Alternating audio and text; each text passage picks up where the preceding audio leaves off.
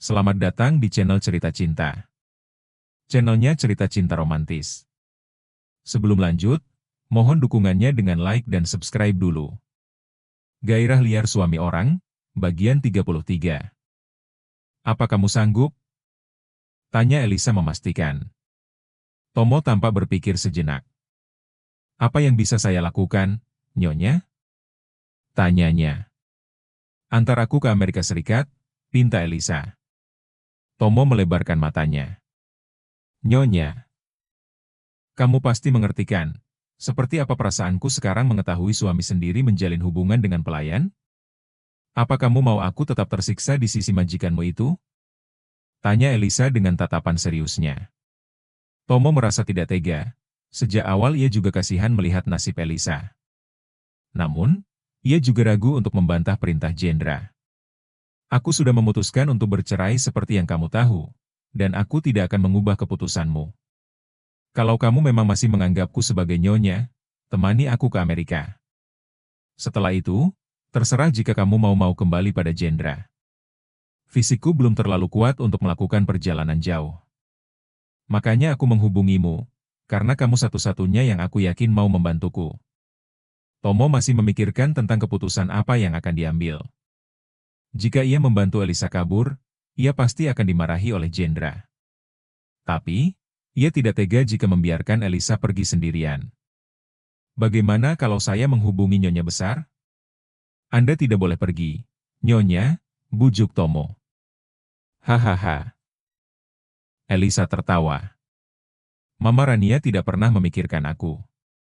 Yang dia pedulikan, hanya bagaimana cara agar anaknya bisa punya keturunan, dan aku tidak bisa melakukannya. Di keluarga mereka, aku hanya seorang istri yang tidak berguna. Membahas kembali tentang anak, seperti menyayat kembali hatinya dengan pisau tajam.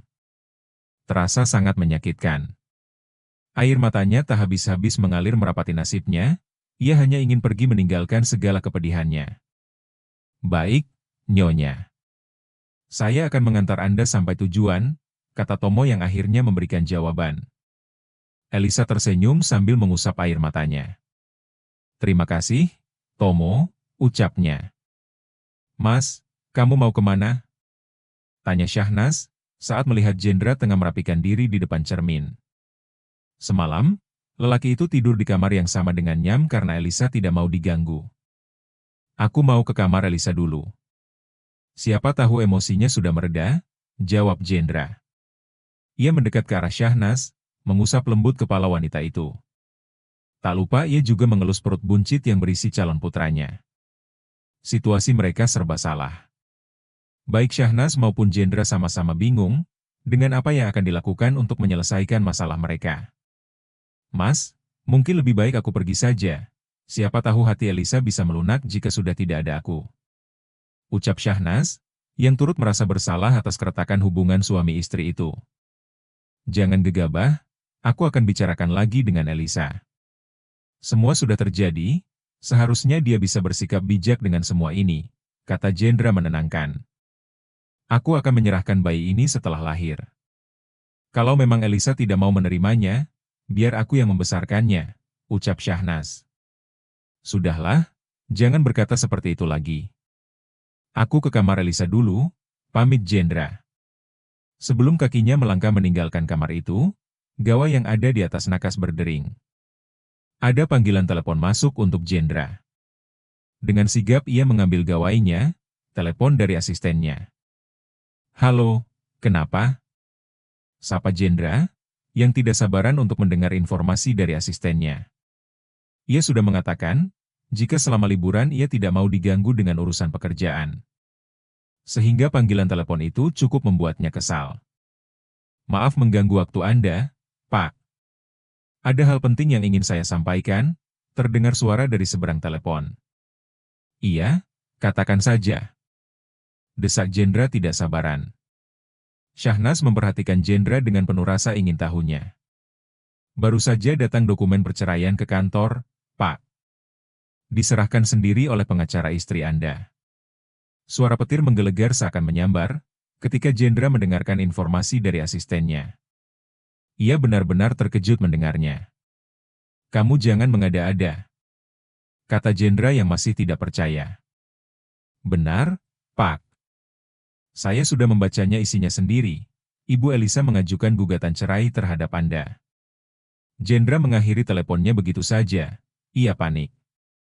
Dengan cepat ia berlari keluar dari kamar menuju ke kamar sebelah. Shahnaz yang kebingungan turut membuntuti, dengan menahan perut besarnya saat berjalan setengah berlari. Elisa. Elisa. Kamu di mana? Kita harus bicara. Jendra mencari-cari Elisa seperti orang gila. Setiap sudut ruangan di kamar itu ia cari, berharap bisa menemukan sang istri. Sayangnya, Elisa tidak ada di mana-mana, perasaannya semakin panik. Elisa, Elisa. Jendra terus memanggil-manggil nama wanita yang sangat dicintainya. Ia sampai menangis saking tertekannya karena tidak bisa menemukan Elisa. Apalagi ia menyadari, koper dan barang-barang milik pribadi sang istri sudah tidak ada lagi di sana.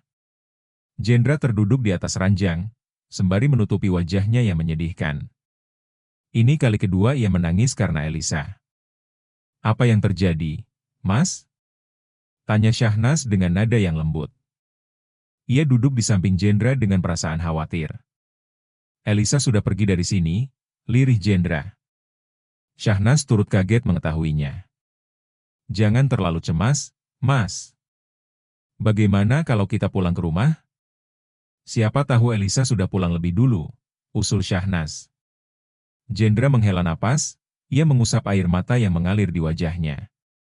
Ia tidak ingin terlihat lemah di hadapan siapapun. Itu tidak mungkin, Elisa sudah mengajukan gugatan cerai kepadaku. Artinya dia benar-benar mau pergi dariku, kata Jendra dengan nada yang pasrah. Sebagai orang yang telah lama mengenal Elisa, Jendra tahu persis seperti apa watak istrinya. Elisa orang yang teguh pada pendirian. Setelah ia memutuskan sesuatu, tidak mungkin lagi ada orang yang bisa membujuknya.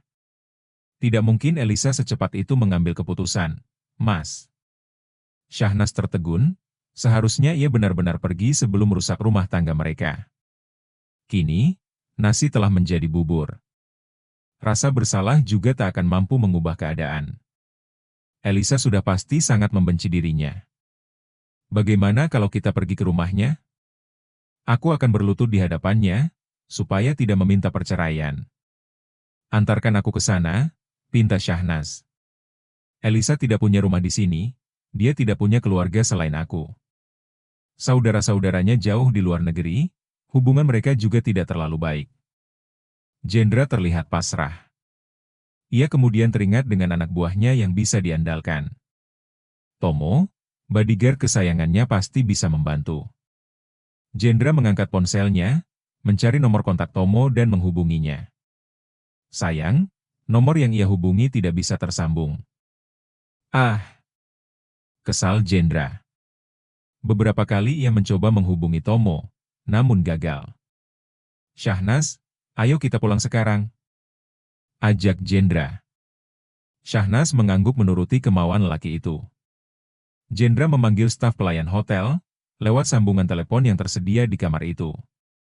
Tak berselang lama, beberapa orang pegawai hotel pria datang. Jendra menyuruh mereka untuk membereskan barang-barang yang ada di kamar itu dan di kamar sebelah. Shahnaz hanya memandangi kesibukan Jendra memerintah para staf hotel tersebut. Ia dilarang untuk membantu, melihat kondisi kehamilannya yang menyusahkan. Ayo! Ajak Jendra setelah barang-barang mereka selesai dikemasi. Kali ini, Shahnaz menaiki mobil yang dikemudikan sendiri oleh Jendra. Selama perjalanan, Jendra hanya terdiam sembari fokus dengan kemudinya. Shahnaz terus memperhatikan lelaki itu. Ia tahu persis bahwa perasaan Jendra saat ini pasti sedang kalut dengan kepergian Elisa. Sesampainya di rumah, Mamita telah menyambut kehadiran mereka di depan pintu. Apa Elisa pulang? Tanya Jendra. Mamita menggeleng, raut wajahnya terlihat sedih. Jendra sudah bisa membacanya. Apa berita itu benar, Tuan? Mamita memberanikan diri untuk bertanya. Mamita pasti sudah tahu, ucap Jendra lirih. Mamita terlihat bersedih. Tolong antarkan Shahnaz ke kamarnya. Aku mau ke kamar atas dulu, pinta Jendra. Baik, Tuan, ucap Mamita. Jendra berjalan lebih dulu menuju ke kamar atas. Sementara, Syahnas berjalan menuju kamarnya ditemani oleh Mamita. Aku minta maaf, kata Syahnas. Kenapa kamu meminta maaf? Tanya Mamita dengan raut wajah datarnya. Aku tahu Mamita pasti sangat kesal padaku karena Elisa akhirnya memilih pergi, ucap Syahnas yang terus merasa bersalah sepanjang hari. Apa aku berhak kesal atau kecewa? Semua sudah keputusan Tuan, aku tidak bisa berbuat apa-apa, kata Mamita. Ia begitu menyayangi Elisa dan bersedih mengetahui kabar tentang kepergian majikan wanitanya itu. Kalau bisa mengulang waktu. Aku juga tidak ingin masalah seperti ini terjadi, tutur Syahnas. Selamat datang, Nyonya Besar, sambut Mamita saat Rania baru keluar dari mobil. Syahnas di mana? Pertanyaan itu yang pertama kali muncul ketika Rania sampai di rumah. Raut wajahnya terlihat tegang. Ada di kamarnya, Nyonya, jawab Mamita. Rania tanpa menunggu lama. Ia langsung berjalan dengan langkah cepat, memasuki rumah seolah tengah terburu-buru. Maaf, Nyonya. Dia tidak ada di kamar atas. Seru Mamita saat Rania hendak naik ke lantai 2. Rania menghentikan langkah, ia berbalik dan memandangi Mamita. Kalau bukan di kamar atas, lalu dia di mana? Tanya Rania penasaran. Mamita tampak ragu untuk menjawabnya. Rania memang belum tahu apa yang terjadi di sana, termasuk Syahnas yang kini harus tinggal di kamar pelayan. Ada di paviliun belakang, Nyonya. Ucap Mamita dengan nada ragu. Apa? Pekik Rania tidak menyangka. Bisa-bisanya dia ada di belakang bersama pelayan? Siapa yang sudah melakukan hal ini? Rania tidak terima Syahnas ditempatkan di kamar belakang. Meskipun bukan istri Jendra, namun Syahnas tengah mengandung keturunan yang sangat ia nanti-nantikan. Maaf, Nyonya. Itu kemauan Tuan Jendra sendiri, jawab Mamita. Hah? Apa putraku sudah gila? Bisa-bisanya dia melakukan hal itu pada wanita yang akan melahirkan anaknya. Kesal Rania. Rania memang menghabiskan waktu yang lama di luar negeri untuk membantu saudaranya yang tengah terkena musibah. Ia berencana untuk pulang ketika Syahnas melahirkan nanti. Sayangnya, ia lebih dulu mendapatkan kabar yang kurang menyenangkan. Orang kepercayaan Rania mengabari bahwa Elisa meminta bercerai dan Jendra tampaknya tidak bisa fokus dengan perusahaan. Ia buru-buru pulang untuk melihat kondisi rumah dan putranya. Ternyata ada banyak hal yang di luar dugaan yang terjadi. Antar aku ke sana. Perintah Rania. Mamita mengangguk. Ia mendampingi Rania menuju ke arah paviliun belakang. Semua pelayan yang berpapasan menunduk menyambut kepulangan Rania. Beberapa di antaranya tampak berbisik-bisik, karena tidak menyangka jika wanita parubaya itu akhirnya kembali. Mamita mengetuk pintu kamar Syahnas.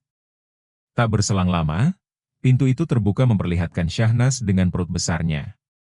Mama! Seru Syahnas kaget. Ia sampai tertegun, tidak menyangka dengan kedatangan Rania. Rania secara tiba-tiba memeluk Syahnas. Ia merasa antara senang dan sedih melihat Syahnas kembali. Ia senang mengetahui bahwa wanita itu benar-benar tengah mengandung calon cucunya. Tapi ia juga sedih melihat penampilan Syahnas yang tampak lusuh dan kurang terurus. Apalagi Syahnas harus hidup di rumah belakang yang notabene diperuntukkan bagi pelayan. Bagaimana kondisimu? Apa kamu baik-baik saja? Keterlaluan sekali Jendra menyuruhmu tinggal di sini. Protes Rania dengan nada suara yang bergetar, menahan kekesalan terhadap putranya sendiri. Mama, aku baik-baik saja. Kapan Mama pulang? Syahnas merasa senang dengan perhatian yang Rania berikan padanya. Namun, ia tidak ingin membuat permasalahan terus berlarut-larut. Ia berusaha mengalihkan pembicaraan. Aku baru saja pulang dan buru-buru ingin melihat kondisimu. Kamu pasti sangat kesulitan menghadapi dua orang keras kepala seperti Jendra dan Elisa. Bisa-bisanya kamu tinggal di sini, sayang. Keluh Rania yang masih tidak percaya, Jendra tega membiarkan Syahnas berada paviliun. Aku tidak apa-apa, Mam, aku baik-baik saja. Di sini juga nyaman, kilah Syahnas. Sedapat mungkin ia menyembunyikan perasaannya. Kini sudah sekitar 3 minggu Elisa pergi tanpa kabar. Jendra masih sibuk mencarinya ke sana kemari. Bahkan, lelaki itu sampai seperti lupa terhadap Syahnas.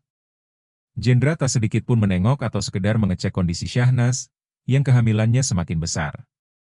Jendra menjadi gila karena kehilangan Elisa. Ayo ikut mama, aku juga ingin bertemu dengan Jendra. Apa yang sebenarnya dia mau sampai membiarkanmu seperti ini? Ajak Rania. Mam, tidak usah diperpanjang. Lagi pula, aku tidak ada masalah tinggal di sini, kilah Syahnas. Ia tidak mau Jendra kena marah gara-gara dirinya. Sudah, ayo ikut. Rania meraih tangan Syahnas dan memaksanya agar ikut dengannya. Mereka kembali menuju rumah utama bersama dengan Mamita juga. Tuan ada di ruang kerjanya, Nyonya, ucap Mamita. Ruang kerja berada di lantai bawah. Rania melangkahkan kaki, menuju ke tempat itu dengan masih menggandeng tangan Syahnas. Saat pintu ruangan dibuka, tampak Jendra yang tengah ngudut sembari menghadapi tumpukan berkas yang memenuhi meja. Bahkan raut wajah Jendra yang biasa rapi kini tidak terawat, dengan kumis dan jambang yang tumbuh memanjang. Mama! Jendra terkejut melihat kehadiran ibunya. Ia langsung mematikan udu di tangannya, dan berjalan meninggalkan meja kerja menghampiri ibunya di depan pintu. Apa aku perlu membawamu ke rumah sakit jiwa? Tanya Rania dengan nada sinis. Bersambung.